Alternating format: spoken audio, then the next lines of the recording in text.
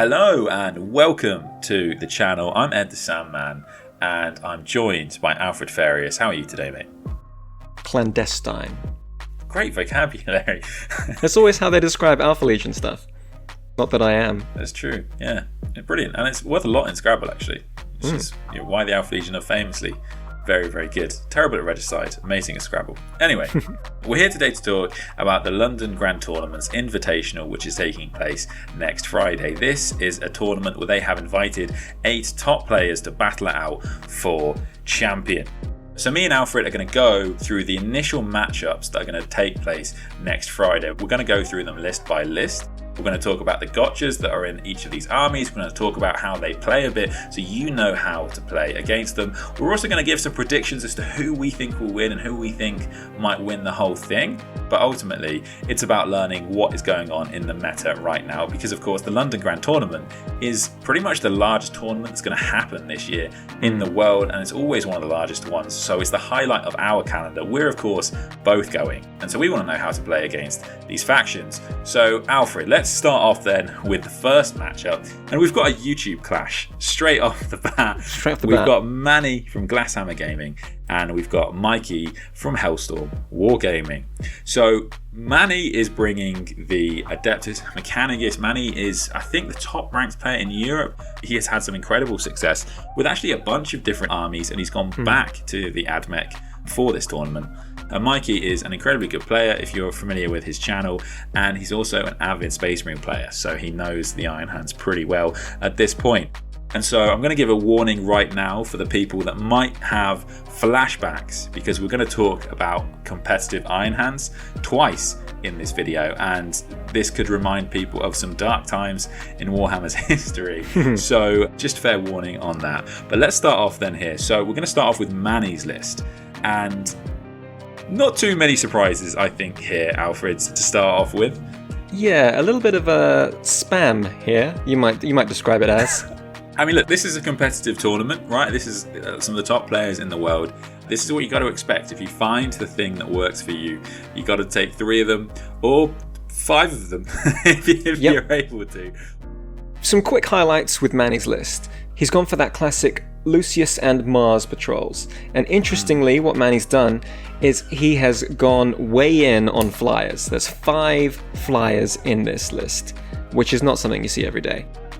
In addition, he's really lent into those Skitarii Rangers. We all know how good those are and the number of buffs that you can stack on them. So he's got that 2-pronged attack. Either you're hit with flyers, or you're hit with loads of Skitarii troops, or probably both.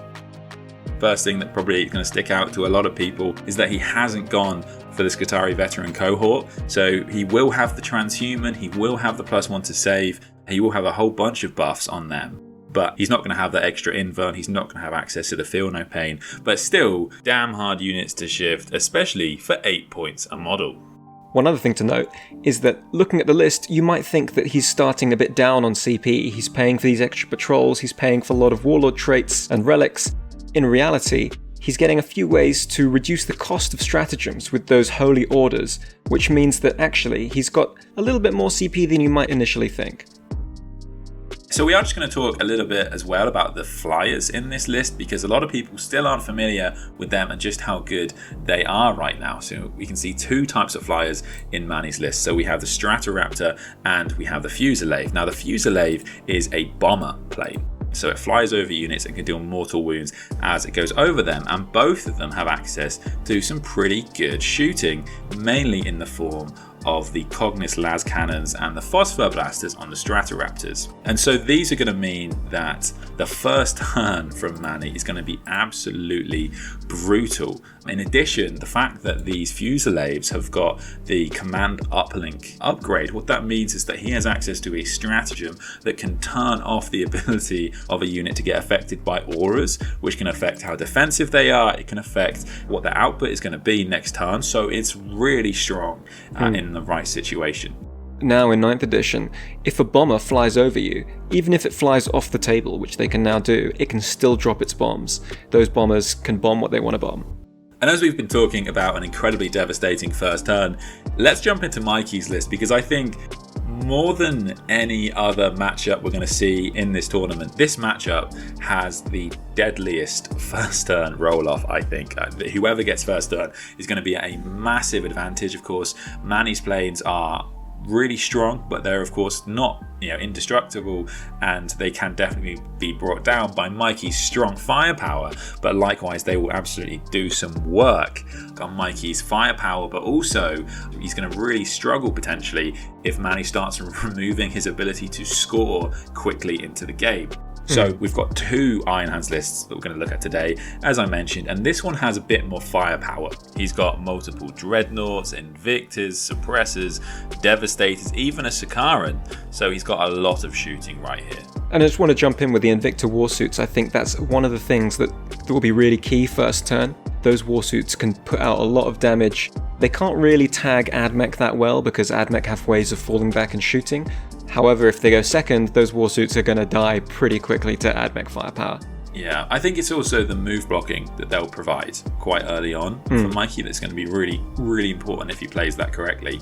I think the other really devastating part of his list turn 1 is going to come from the Devastators. So we don't see many Devastator squads in drop pods nowadays. However, we do see them in Iron Hands lists. And the reason for that is because in an Iron Hands list, they don't need to be babysat by a captain, and they can deep strike and still shoot their heavy weapons without any penalty. And Mikey's actually gone for 6 multi-melters deep striking turn 1 with some grav cannons. And so they are, of course, going to do a number on any of Manny's planes if they want to. Unlike other AdMech lists that you see, Manny hasn't gone with any infiltrating units, which means that he's not going to be able to screen out the deployment of those Invictor suits or the dropping in of those drop pods turn 1. So getting that first turn is just going to be so key. Yeah, the only screening out he's really got in this army is going to be from the Rangers and their pre-game move, but that's certainly an advantage of going for the other style of AdMech that we see a bit now, so the Richard Siegler style, where you've got multiple squads of small things, for example infiltrators. It just means that that first turn is just not as vital. I think the other thing to kind of immediately call out when you see these kind of Iron Hands lists is going to be the Contemptor Dreadnoughts. So they're strong in pretty much any army, but as Iron Hands they have access to that stratagem which allows them to make them a character. They are under 10 wounds, so they are going to be screenable, and you're going to see these company veteran squads in the Iron Hands army, and what they allow the character to do is not be shot. Okay, so Mikey can hide them behind terrain, hide them in ruins or whatever, and that means that Contemptor simply cannot be targeted at all. And that is going to mean that ultimately as we get into this game, I think Manny is going to be much more grateful for his planes than he might usually be, because most people just simply can't get to those Contemptors until pretty late into the game. But especially if Mikey misdeploys, because he doesn't have a massive amount of assets being Space Marines, Manny could take out those company veterans pretty early on, and then we could see a big swing very quickly. So Mikey has to be careful of that. The other interesting unit that Mikey's gone for is the Forge World Sicarian Arcus. Good to see. Which gives him access to some pretty strong shooting that doesn't have to have line of sight. The main weapon is heavy 2d6, strength 6 -1 2 damage, and it has blast. 48-inch range, it's going to be hard to hide from. Always useful to have that artillery just shelling down with those blast weapons on those big units of Skitarii. Mikey's gone for the Lieutenant and Reaver armor. That gives him access to the stratagem to turn off OBSEC, which can sometimes prove pretty clutch. Cool little tech, I think, that as well. So the other warlord trait to mention is on the Contemptor, which has Merciless Logic. So on an unmodified hit, you get an additional attack against the same unit with the same weapon. But he's not going to have many shots, will he? Surely on just one Dreadnought? Just a cool 16 Volkite shots and a couple of crack missiles on top of that. Oh, that seems reasonable.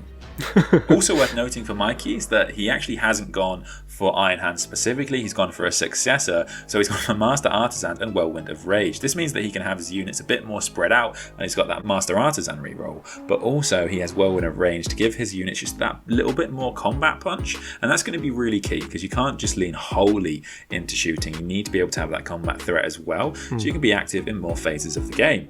And I have a feeling that these Iron Hand successors will be painted as Blood Ravens. Yes, absolutely. These are Blood Ravens that are actually just stolen a lot of Iron Hand's relics, warlord traits, people, dreadnoughts, all of it. Blood Raven stuff. And so who do you think is going to win this matchup then, Alfred? I think whoever rolls first will win. Fair. Is that allowed as a prediction? Yeah, I think that's going to be absolutely huge in this matchup. If I had to go one way or the other, I think Manny has the better chance of surviving first turn. But it's going to be massive in this matchup. Absolutely. And so as we've been talking about Iron Hands, let's jump into the second matchup. And we have Nassim versus Alan, who are both on the same team, I believe, the War Masters team. And it's worth noting that both these players were actually in the final of the London Open that took place a couple of months ago. And so they're obviously both incredibly good players and know each other's lists very, very well. We're going to start off with Nassim, of course, because we've just done Iron Hands. We've got a lot of the same units. So we've got the Devastators, we've got the Contemptor Dreadnoughts. But Nassim has gone for a little bit more, I think, combat and units to play the mission as well, primarily in the form of Vanguard veterans. You know them, you love them. They're actually pretty cool, I think, if you're being honest. Like Lightning Claws and Storm Shields. Who doesn't love that loadout? Let's be real. But they're going to be pretty big, I think, to help him actually play the mission a lot more. We've also got things like Eliminator Squads, which are deceptively fast because they can move and then they can shoot and then they can move again because of that Sergeant ability. So he's actually got a lot of stuff in here that's going to not only have incredibly good output just throughout the game, and the other person's going to have a really tough time to interact with, because we talked about that first turn Deep Strike, we talked about the screenable Dreadnoughts, but actually he's going to have a lot more mission playing stuff as well. Nassim, interestingly, has also gone for a successor chapter. So he's gone for Whirlwind of Rage again. So he's got those exploding sixes, but Nassim has got Born Hero. So he's really leaning into that idea that he actually needs to have a lot of combat threat as Iron Hands as well. So he's going to get +1 to that hit roll when he charges. And then, of course, we have to give a shout out to the humble Landspeeder Storm that you see in a lot of these Space Marine lists nowadays. So what's this doing there? He doesn't have scouts in this army, so why is it there? This is a unit that you do see quite a lot, and the reason for that is because it's just quite good for secondaries, getting you that engage, tying things up, all those kind of stuff. It does have a lot of utility, just taking that odd little thing, and it's that kind of stat line where for 55 points it's super annoying because you can't just dedicate a single intercessor squad to deal with. You can't just dedicate one missile launcher to deal with because you might whiff. So you need to dedicate an annoyingly large amount of firepower to deal with such a small unit. So they're actually fantastic to play with. And so then we've got Alan Perkins' list. I've actually played Alan a bunch of times. Really, really lovely guy. And of course, a very, very good player and a massive Custodes fan, as you can see. He is rocking the Shadow Keepers, which seems to be the most popular flavour of Custodes nowadays. One of the main reasons being, of course, that stratagem is really strong. It has no limitations in terms of units, and so it can mean that, for example, your dreadnoughts are going to be wounded on 5s against things like melters. So when you have a stratagem like that, the reason it's so powerful is because when you're playing against that, you just don't bother sending your melter in, right? If you know your opponent's got that stratagem, and so you don't even have to use it, and you've affected the game massively. And you stack that with all the other defensible buffs and stratagems that Custodes have access to, so the turn off rerolls, ignore AP -1 and 2 on Terminators, Inbombs everywhere anyway. Inlands everywhere. They have a huge amount of defensible strats and abilities that are really, really strong. So in this list, he's really gone through this codex and taken out the best stuff. I've got to say, it's awesome to see Sisters of Silence in there. We've got the single squad. We've got the prosecutors, which are the ones with the bolt guns, essentially, and that provides him a bit of psychic defense, but it also gives him a cheap unit, which of course the Custodes don't get. It's really tough playing Custodes and to score the secondary a lot of times. You'll get that kill more if you want it, but you're not going to do the actions. Yeah, because if you're trying to do any actions with Custodes, dedicating 100+ points on a minimum size squad just to do an action, it just seems like such a waste. So these Sisters, they don't seem like a lot, but they do a lot. No, absolutely. We've also got a Contemptor Galatus, which is so cool. This is one of the Dreadnoughts with the sword and shield. He's just an absolutely awesome model. Really great to see him in a competitive list. And outside of that, yeah, some pretty familiar faces that we know from the competitive scene right now. Dawn Eagle jet bikes have been the go-to for most Custodes players for the last 2 years. Telemons we know well, and Venatari have been a popular choice for most of 9th edition since they got their kind of points drops, because actually they have pretty good shooting and they're pretty well pointed and they're fast, which obviously Custodes don't often get. And they hate Flash Gordon. So on a slightly more serious note, the really strong thing that you'll see on this Venatari is that for 1 CP they can double the number of shots with their pistol weapons. And their pistol weapons already on 6s score additional hits. So each one all of a sudden has 4 shots with 6s exploding, their strength 6 minus 2 damage, and being Custodes they're hitting on 2s, so they can put out a huge amount of damage for just relatively small units deep striking in. In terms of Warlord traits and relics, he's gone for some classics here. So we've got 3-up invulns on both of these Dawn Eagle jet bikes because of the relics. He's got 1 with +2 wounds, and he's also going to have that 5-up feel no pain, so he's going to be really tough to bring down. And the other one is going to be an anti-character jet bike, so he is going to be -1 to hit from characters, but also he makes enemy characters suffer -1 to their saves, including invulnerable saves. These Dawn Eagle jet bikes are quick and have OBSEC, so even one shield captain can jump onto an objective and have OBSEC. Pretty strong.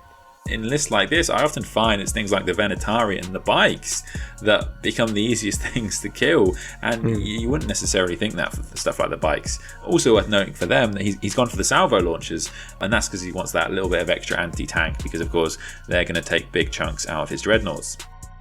It will be interesting to see how he does in the main event if he comes up against Thousand Suns or Grey Knights, who can output a lot of mortal wounds, because this list would really struggle against that. Yeah, those Sisters of Silence, they've got his back. It'll be fine. So, Alfred, in this matchup, who are you leaning towards? Like I say, we're cheating a little bit here because we know who won it last time. Right? I believe it was by 1 point last time. Yeah. And it was the Custodes who won. But I would actually favour the Iron Hands in this list personally. Interesting. Not a horrendous amount of mortal wound output in this list. Of course, we have the Contemptors. They're going to be really, really good in this matchup. I assume the Telemon knows who he's going to be targeting as soon as he can. But yeah, it is going to be an interesting game. Really interesting. I think it's going to be a matter of just outscoring him, as most people do when they play against things like Custodes at a higher level. All right then, so let's jump in then to, I think, probably my favourite matchup that we've got going here. This is going to be 2 incredibly fun armies. So we've got Black Templars and we've got Tau. So the Black Templars are going to be piloted by James Ramsey. And I gotta say, I love this list. I already said earlier that Vanguard vets, if you really ask yourself, are actually pretty darn cool. But this list has actually got loads of Crusaders in it, which are basically just cheaper tactical Marines, but with Astartes chainswords. And then we've got Blade Guard vets, we've got Terminators. It's actually a really Black Templars-y list. And so, he's on Crusade. I've got a soft spot for this list, I'm not going to lie. And of course, once again, we have the humble Landspeeder Storm, the backbone of the Space Marine arsenal, it seems. And we've also got Chaplain Grimaldus in this army. Chaplain Grimaldus is a chaplain, of course, but he gets 2 litanies like a Master of Sanctity. He also has an aura for exploding 6s to hit, and he can deny the Witch. So he's a really cool piece of tech, not particularly expensive as well. And of course, you can see that he actually has another chaplain in this list as well, the Chaplain on Bike. We're all pretty familiar with him at this point. However, they don't have to choose the Space Marine litanies. The Chaplain on Bike has done, however. He has got the Canticle of Hate, which is going to help out with charges and consolidating, which can be a really powerful ability. So do be careful of that one, especially because he's also going to be granting OBSEC. So those units nearby are going to be creeping forward in that combat phase and stealing objectives from you. He's also got the Exaltation of Rage with that +1 to wound in combat. Always really, really nice. And he's taken the relic here that lets you roll 2d6 when he's doing his litanies and discarding, which means that these litanies are going to be much more likely to go off in general. Absolutely. And Grimaldus has not gone for the Space Marine Litanies. He's gone for the Black Templars Litanies specifically. Of course he has. So he has got the Litany of Divine Protection, which is going to give a 5-up feel no pain all the time, not just against mortal wounds, which the Black Templars get as standard. And he's going to get the Fervent Acclamation, which is going to mean characters and core units nearby are going to get an extra 3 inches to the range of their abilities. Now this is really awesome because the Black Templars have an incredibly powerful relic called the Aurelian Shroud, which is on a Captain on Bike here, and that is an only 3-inch aura, but it gives a 4-up invuln to core units nearby. So making that a 6-inch aura is massive here. Really, really strong. He's going to make a little sort of moving death blob here of crusading nonsense that's going to go across the battlefield, shouting litanies and whatnot in the name of this so-called emperor. Absolutely. I think for me, the two couple of things that I think is really interesting about this list is that this list seems very tooled up to take on Psychers and psychic heavy armies like Thousand Suns and Grey Knights, which have just come out. Because they're ignoring those mortals on a 5, they can take Abhor the Witch because they hate Psychers anyway, and they have strats to deny psychic powers. The second thing is just how fast this list is going to be. All these Vanguard veterans with jump packs, these characters on bikes. It's just a very quick way of getting across the board and getting in combat, which is where they want to be. Yeah, especially when you look at, for example, their ability to re-roll advances. So they're going to be pretty fast. And I think one of the things about this list that I do wonder about is whether he thought about the LGT terrain specifically here, because the LGT terrain, as you saw at the start of the video, has a lot of ruins in it. And what that means, therefore, is that things like infantry can hop from building to building. They don't necessarily have to be shot. And this helps somewhat even the playing field between shooting and combat armies. What is interesting about that actually is that his characters on bikes won't be able to move through those ruins. So they're going to have to take the long way around some of these big obscuring pieces of terrain in the middle. I'm just going to mention a couple of the strats here as well, because we haven't done a gotcha guide for Black Templars because there's been the rumour about this new supplement for quite a while. So just to mention a couple of them that are really, really powerful. So they can actually stop units from falling back, they can advance and charge, and they have an ability to just pile in and get into combat. Really, really strong. One thing we don't see in this list, but it's probably worth mentioning because it's pretty cool, is the Impulsor, because you can have the Blade Guard get out and they could advance even, and then they can just pile in and start fighting. Pretty cool. Pretty Black Templars. You love to see it. In addition, that Devout Push stratagem, essentially, it lets you fall back and charge, because even if you've fallen back, if you're close enough to someone to pile in to get into combat, they can still fight. Absolutely. Up next, we have the Tau Empire. They've made it. They've made it to the Invitational. It's just great to see him, quite frankly. So we have Andrew Weller here. Andrew Weller, by all accounts, is a pretty amazing guy. He played 40k for 40 hours. He's raised an absolute ton of money for charity, specifically, I think, around mental health. Really great to see people like this being rewarded with invitations to events as awesome as this one. And he's got my first army. He's got the Farsight Enclaves. It's so very cool. So Richard Siegler kind of brought them back to the scene a little while ago. We obviously don't see a massive amount of them in the current meta. However, they still have some tricks and they still have some really powerful things that we'll talk about a lot of them now. So, of course, as Farsight Enclaves, he's got 2 commanders, 2 Cold Star commanders. If you're not familiar with them, they can go 40 inches incredibly fast. They're basically planes. They're basically Gundam planes. And, of course, now they have that Monkar ability that's been, I don't know if it was upgraded or whether just nobody knew about this ability for the first 2 years, but now units within 6 inches can fall back and shoot when nearby one of those once per game. Really important because of course now the fly ability doesn't do as much as it did. So he's got 2 Devilfish in here, all packed with strike teams. These are going to be incredibly important in this mission. I suspect enemy number 1 against most of the shooting armies, although probably less so against James here, because of course they're his main scoring potential here. And of course the Riptides are actually still pretty tough to shift. Even in 9th edition they still have that 3-up invuln. And he's going to be able to take that 3-up invuln on both of them because he doesn't need to overcharge the Ion Accelerator because he's got the relic, so he's going to get that strong firepower regardless. He's got some really cool little techs in this list to help him play the mission. So the single Piranha, it's basically a Tau land speeder storm. Let's be real here. He's got small units of Remora drones to help him play that mission, get that engage, etc. He's got Kroot hounds. He's got Kroot hounds, which is really great to see.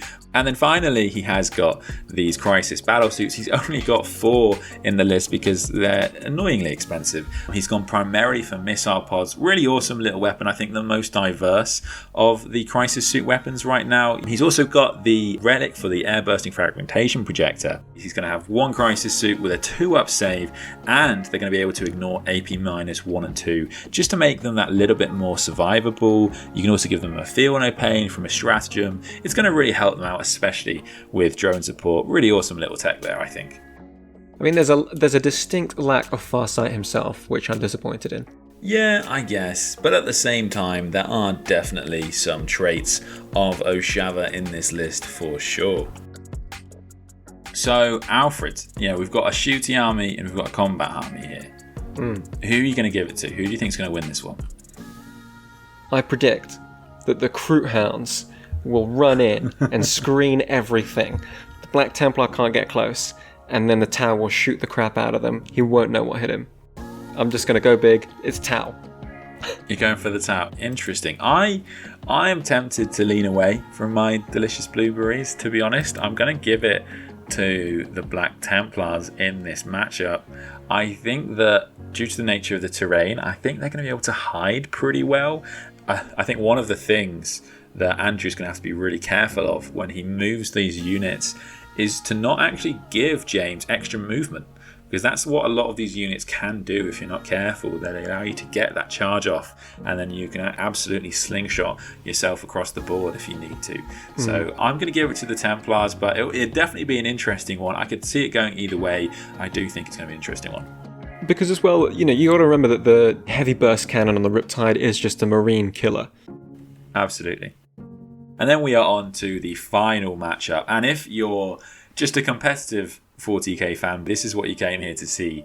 We've got Admech versus Eldar Suit, but primarily Drukhari, 2 of the best armies in the game right now. So we've got Malik piloting the Adeptus Mechanicus, and we've got James One Wing Grover from Goonhammer. Of course, I mean, it's Goonhammer, right? He's done what Goonhammer do. He's looked at the stats. What is the best army in the game? It is Drukhari. That's what I bring. Bam. That's what else are you going to do if you've got that kind of statistical backing that he has? So let's start off then with the Admech. Of course, some similarities to Manny's list. I think certainly most people find Lucius to be the best faction in the game, although there are some people like Richard Siegler playing Metallica, which is pretty cool. But we have exactly the same. We've got this soup of Lucius and Mars. So it is a little bit of a different list though, isn't it, Alfred? Yeah, there's a few little differences here and there. First of all, he's not quite gone in on the planes that Manny has.